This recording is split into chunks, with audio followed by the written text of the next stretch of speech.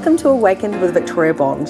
I'm your host, Victoria, and I am absolutely honored to bring you this podcast where we will be getting raw, real, turning up consciousness, removing the old energies that do not align, and turning up our capacities as human beings and spiritual beings. I will be bringing you mediumship. I will be bringing you channels. I will be bringing you points of view that will shift your perspective and realign your body, your mind, and your soul. Enjoy this ride. This comes from my heart to yours, and know that while you're listening to this, indeed you are helping to create this. Enjoy the ride, and I'll see you inside. Sexuality, sensuality, divine feminine, sacred masculine, balance, creation, sex, consciousness, orgasmic energy, all of these things are literally being called to come into balance. They are being called to magnify. They are being called to amplify. They are being called to co-create with the world around us, co-create with ourselves. And I've been speaking a lot about individuality and about collective energy and about creation and about how coming into 2027, things are going to be created a lot differently. We are simply going through an incredible paradigm shift. It's not really simple, but it is and it isn't. It is about acknowledging that the shadow and the light are all a delight. And for me, I've been sitting in this energy for the last couple of months, actually, of dropping down the who we think we need to be, what we think we want, what we think we should want, and coming into the expression of what we truly desire. Unapologetically, what do we truly desire? And the sensuality, the creation, the sacral, and the sexuality, the orgasmic energy is a huge part of diving in and manifesting what it is that we truly want. And there is a lot of trauma around sexuality, sensuality, divine feminine, and the sacral. There's a lot of trauma around that because of the lineage that we have been through, that is actually in our DNA, that has actually come down from the different generations, the roles that we have been expected to play, the religions that we've been or non-religions or cults or whatever that we've been expected to carry on in these traditions, and it's literally in our cells. It is literally, come along in our DNA as we have been born into this world.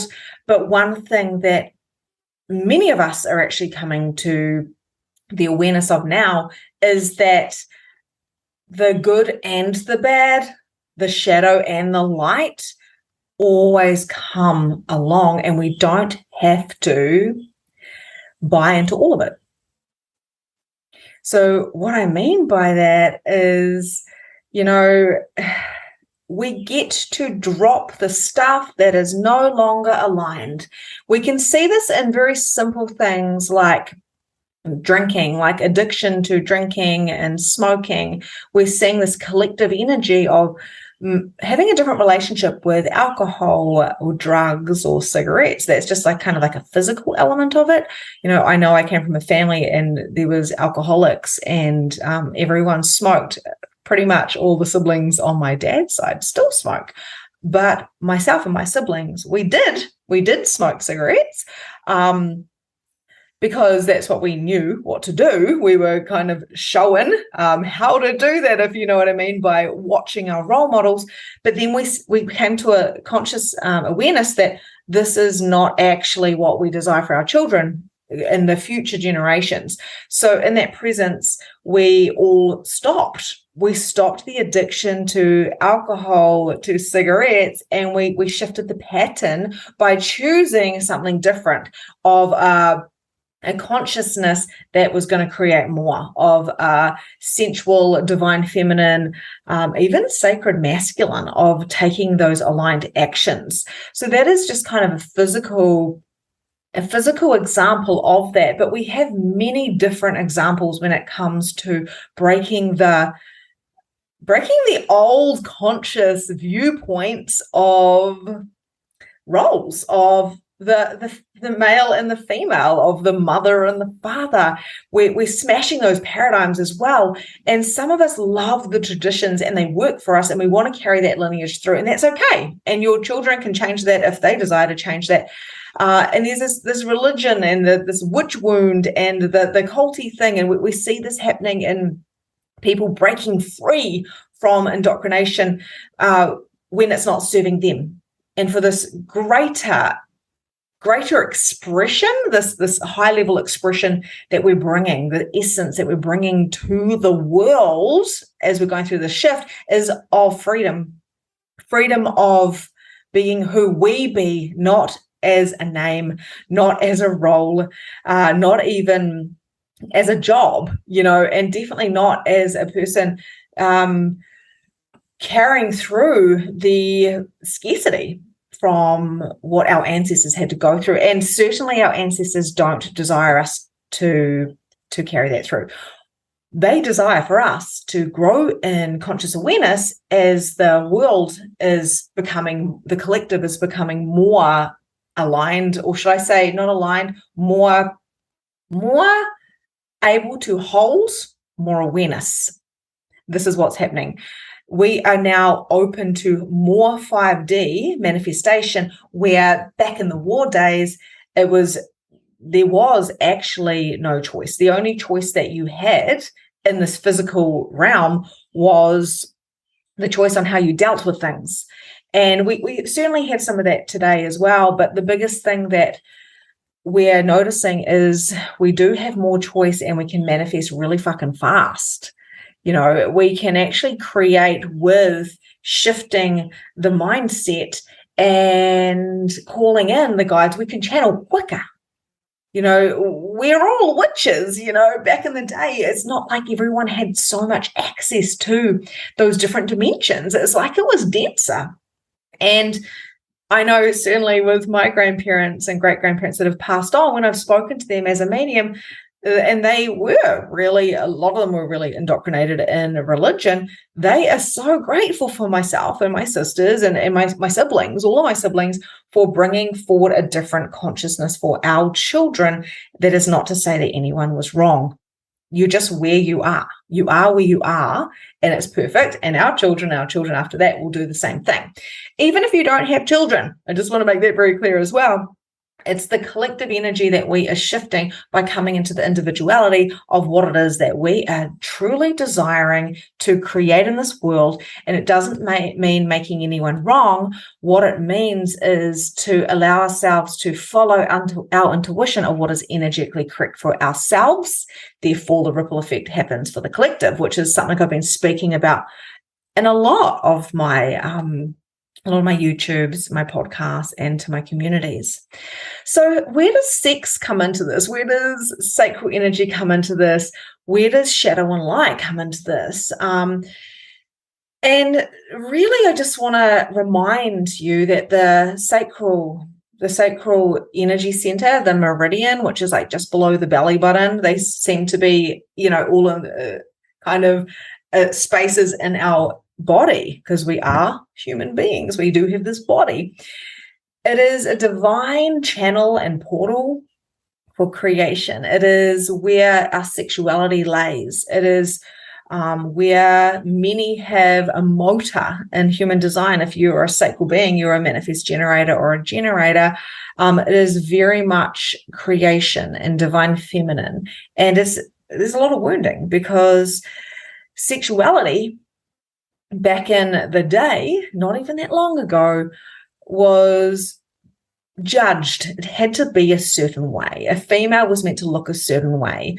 If she wore something that was not appropriate, then she was asking for it. A female should obey your husband and he will treat you well. We hear this even in vows. There's this nearly hierarchy of a male being more important, being the ruler of the house, and the female being good to the husband and pretty much serving the husband. And this is the energy of the old school way of marriage, if you will.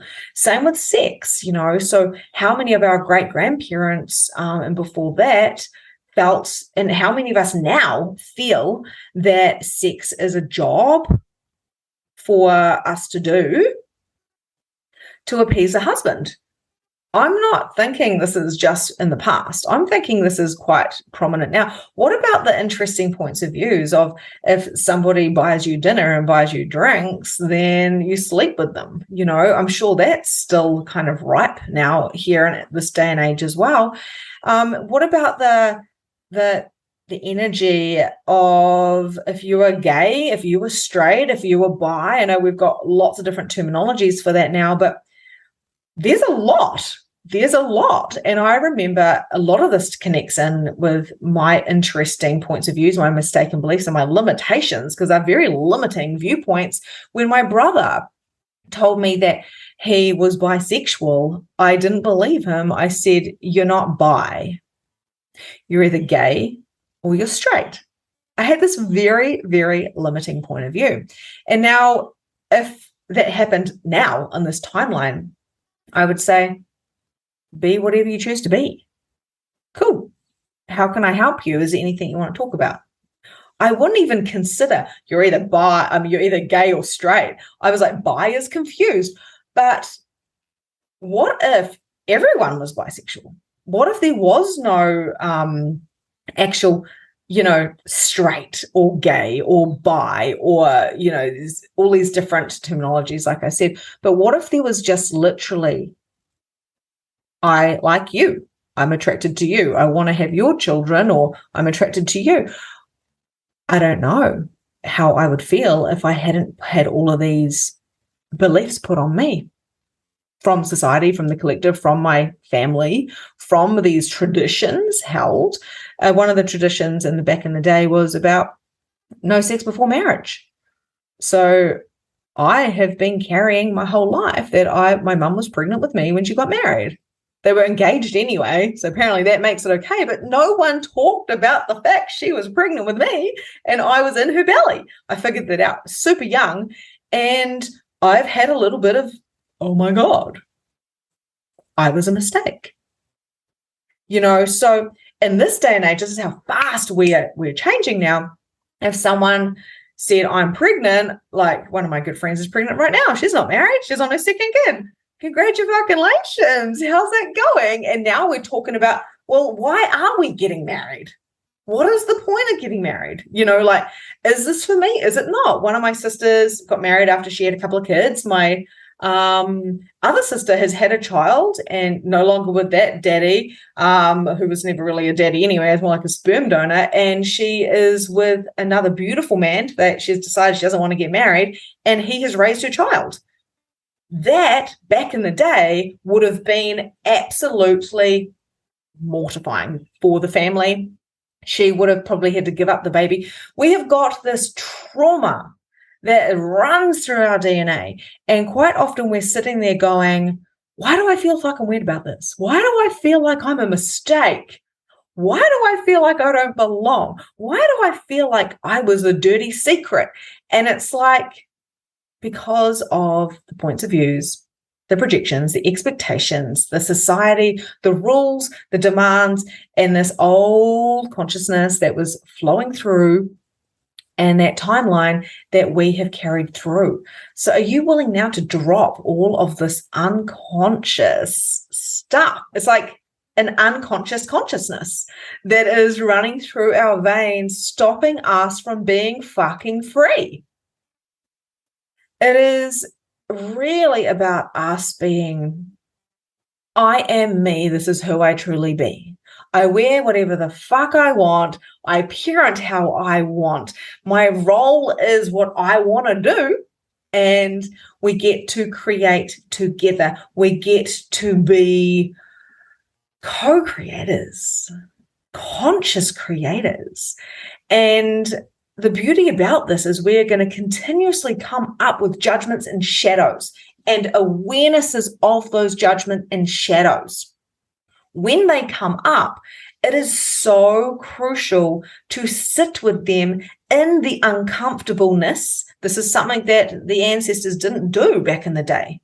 Don't be so stupid. Get on with it. We don't have time to fuck around. They would be calling us all soft, like New Age, you know. But now we have this beautiful ability of time. We have created more space because we are recognizing that we are 5D energetic beings, that we have a power within. We have a sexual, sensual goddess, even if you're a male, a god, energy within, and we can use it to create and magnify and amplify the light in the world. We can use it to create fuckloads of money and a huge amplified impact of growth, of co-creation. And together, this is what we do. Back in the day, it was like you are destined to take over the family farm. You were destined. And I've seen this in my own family. And I've seen how this was pushed upon members and where it wasn't aligned for them energetically, and how they have actually sacrificed their lives to be in a job that wasn't aligned. Where now you just say, oh, no thanks, I don't want the farm. It's not aligned. I'm not interested. Well, our choice has shifted. And there's beautiful things about tradition, but like sex, I'm sure there were some beautiful, beautiful traditions around that. There's beautiful, beautiful things with creation, beautiful things with family units, beautiful things with coming together as community. The communities back in the olden days were so divine. My grandmother would speak, she still does speak of going to the town hall, you know, all of the family members owned the farms, you know, all from, I think these guys were from Poland, and they would go to the hall for their dances and their dresses and their shoes. And she was doing this at 16 years old. And then she was doing this later on when she had children, and all the women would create all this beautiful kai, and they would come together and they would pray over the food, and the children would play, and the children had like a set of beautiful clothes for church, and they had play clothes, and they had school clothes, and the parents were working on the farms, and the children were like running amok, climbing in trees. There's this beautiful traditional essence. There's this beautiful, glorious energy that came with those times. And these are the memories. These are what our ancestors desire for us to bring through. But at the same time, we don't have to sit in the lower frequencies of the trial and tribulations, the scarcity, the pain, the shutting down the pregnancies, you know, the sexual abuse and trauma. There is so much connected, and right even down to the whole period thing. I know my mum said to me, she had no idea. And so we're not talking that many generations ago. We're talking like my mum. She had no idea what happened. When she started her first bleed, she was literally thought she was dying. Basically was given a nappy thing. So it shows how far we've come these days. Now we have like these beautiful cups. You know, we have cups. We don't even need to use tampons or pads anymore. And she was given like a nappy thing and said, put this on. And they speak about it again. What can that do for a female? It makes them feel like what is happening is unspoken and it's wrong. And this is also what happened a lot with rape. It's like, don't speak about it because you are spoiled goods now. And if you got pregnant, then it's really like, I even know a friend whose mum was shipped off and had a baby and then came back like nothing happened. And I'm talking about she would only be in her 60s now. It is crazy how fast we are evolving. And this means we get to evolve and honor the traditions and the memories. And we also get to clean up the shadows, because we cannot expand and grow by sitting in trauma and fear. But we can allow ourselves to see the creations that we are bringing in and not making ourselves wrong for allowing ourselves to be diverse, to be different. So when I come back to my brother's sexuality now, and he is into males, but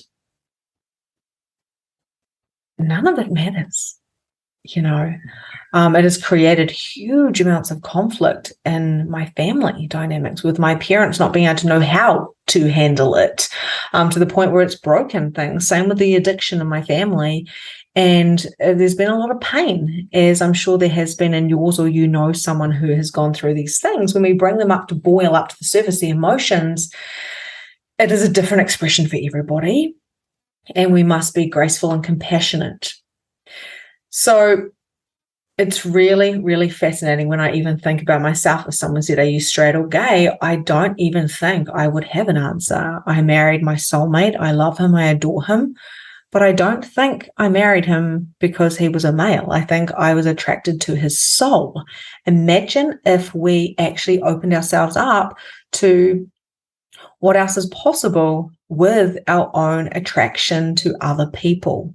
Something that I invite you to play with, something that I've never been too open about, as in with myself. I haven't wanted to do that. Same with things like masturbation and sex. And, we're coming into a day and age now. If you were lucky enough to have your mother or father talk to you about it, then I'm so happy for you. But we're coming into a day and age now where it's more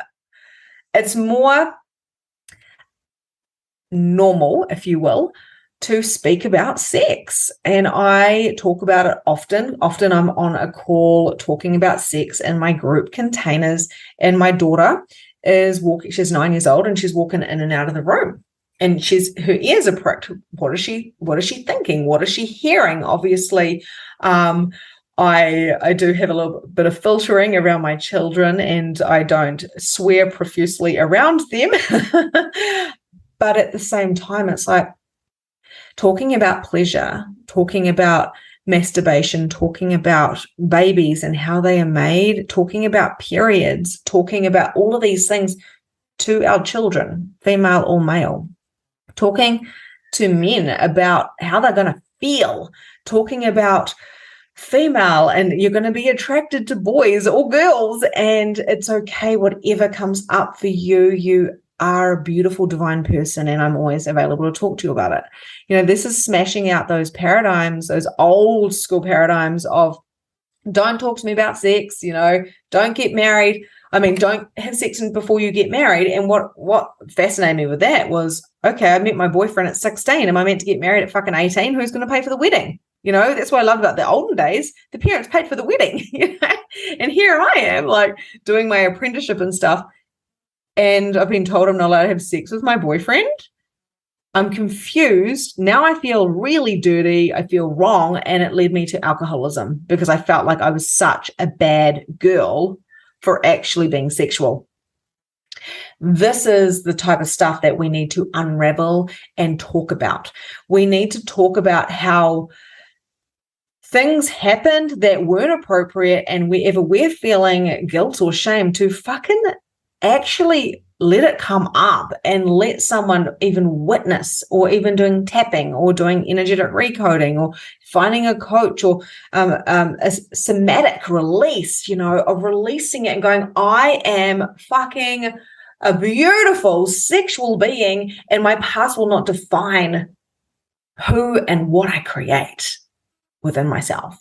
So one of the things I've been playing with this kind of consciousness of sex is, how can I self-pleasure? How can I create in the sacral? How can I go into this divine feminine and be in a space of receiving before I gift? Something that was really old school was, vibrators and all that type of stuff were very much like, those kinky kind of orgy people. Back in the day, the 50 Shades of Grey really opened us up to something a bit different. And it's kind of fascinating because this isn't just for females, it's for males as well. It's very much like what could I create if I was allowing myself to be a sexual goddess, if I was allowing myself to feel the feelings and the touch. I'm not talking about intercourse and orgasms. I'm talking about self-pleasures and music and dancing and releasing and breath and drinking the cacao and eating the food and making everything sensual. Okay, so this is all in that amazing sacral. And one thing I've been really kind of getting curious about is, how do I feel about my body? And when did I start thinking I had to be a particular size or look a certain way before I was sexy? And what makes me feel like one day when I get to this point, when I'm in a bikini, when I'm this and when I'm that, I've been saying when since I was 20, actually, probably like 13, when I. And now I've just gone, fuck it. I'm like, what do I love? What do I love about sex? What do I love about my body? What do I love about my own individuality? What do I think is sexy about me? It is not about just being with a partner. It is about being with yourself, first and foremost. But none of us were taught this. And if you were, then that's amazing. My sisters have recently, one of my sisters messaged me and said, I've just started talking to the other sister about masturbation, and I've never talked about this before. And this is something that obviously we're from the same family. So it's something that we have been very prudish about, being brought up Catholic. These things were never spoken about. We were never educated on this stuff. I did just know that don't fall fucking pregnant, Victoria. No one told me that. That was just a given. Do not do it. Do not fall pregnant, because then you're fucked. That was this energy I held until I was 30. Until I had my first baby. I was like, don't do it. And I knew my mum was very fertile. So straight away, I came into a thing of, it's naughty, it's bad. If I fall pregnant, then I will be shamed. I won't be a very good role model for my siblings. So everything I did, everything I chose wasn't because of me. It was because of the expectations, the projections of society around me, and also this lineage. So I hope I've given you something to think about today as we really embark on this journey of divine feminine and wounded feminine, of sacred masculine, which is beautiful aligned action and doing what we want to do, and the wounded of doing what we think we have to do, right? When we come into this beautiful new world, which we are coming into, and we've got many leaders waking up, which is divine, we have to start looking at our own creation, and this sits in that sacral. It sits in that sexuality. My beautiful coach wrote a book, and she spoke about the self-pleasure practices and the spiritual practices of the creation to turn on that sacral. And I'm forever grateful listening to that, because it nearly gave me a permission. I'm just about to start my first book as well very shortly. And to sit in the self-pleasure, the showers, the swims, the walking on the beach, the having the sex, the playing with my kids, like just allowing myself to have fun and play and not have to be in a role. So allowing more and more and more of that. Our ancestors are only ever going to be grateful for this. They're only ever going to be like, yay, you're taking the beautiful traditions and you're taking what you love, like doing the family recipes, having this Sunday night dinners, my sisters and I honoring Jesus and Mary, but we're just doing it in a completely different way, not in a religious way, but more in a wow, let's receive information for the energies of these beautiful beings that have been, and what information do they have for us as mediums? How can they hold space for us? And I do a lot of channeling and Mother Mary comes through, and the Christ energy with Reiki. So we are certainly taking aspects of these traditions, and we're amplifying and magnifying and cleaning up the shadows that come with it, which is a beautiful task on its own. So what else is possible for our future generations? What else is possible to be these creators, to create more impact and more money and more ease and flow, less struggle, less fear, and less judgment? So I'm going to leave that with you today, and I invite you to step into your own sacred practices on how does that work for you, and how can you turn up your creativity. I invite my children to play and create. So we don't really do homework as such, but they are continuously creating paperwork and writing and dancing and being the expressions of themselves. And this is what really matters going forward for manifesting. If we desire for our next generations to be successful within their own right, it comes from being heart-led. And like I say, for me, it's opening another layer of what does sex look like? What does sensuality and creation look like for me now? Not when I get there, but in the now. So I'm going to sit with that. I'm going to create for the now and know that the ripple effects of the future is going to be so much more. Thank you for being here. I am currently opening up my space for the next MM. If you want to go on the waiting list, let me know. The early bird is currently open now. We've got one more for the rest of 2022. And then next year, of course, we'll be opening that space again. Everything is shifting and changing. The ways to work with me are evolving. So always feel free to reach out. And lots of love, and I'll see you soon. Listening to today's episode. I trust that you got those golden nuggets that you required to shift your consciousness, to expand your awareness, and to turn up your capacity. I invite you to share this podcast with anyone that you feel would benefit from it. And also share the golden nuggets that you have learned with your friends, family, and of course, clients. You can contact me if there's anything that you want to specifically share with me, or if there's anything you want me to specifically share on the podcast. You can check out the show notes and find me on my socials, and myself or my team will get back to you. My heart to yours. Have a beautiful day, and I'll see you soon.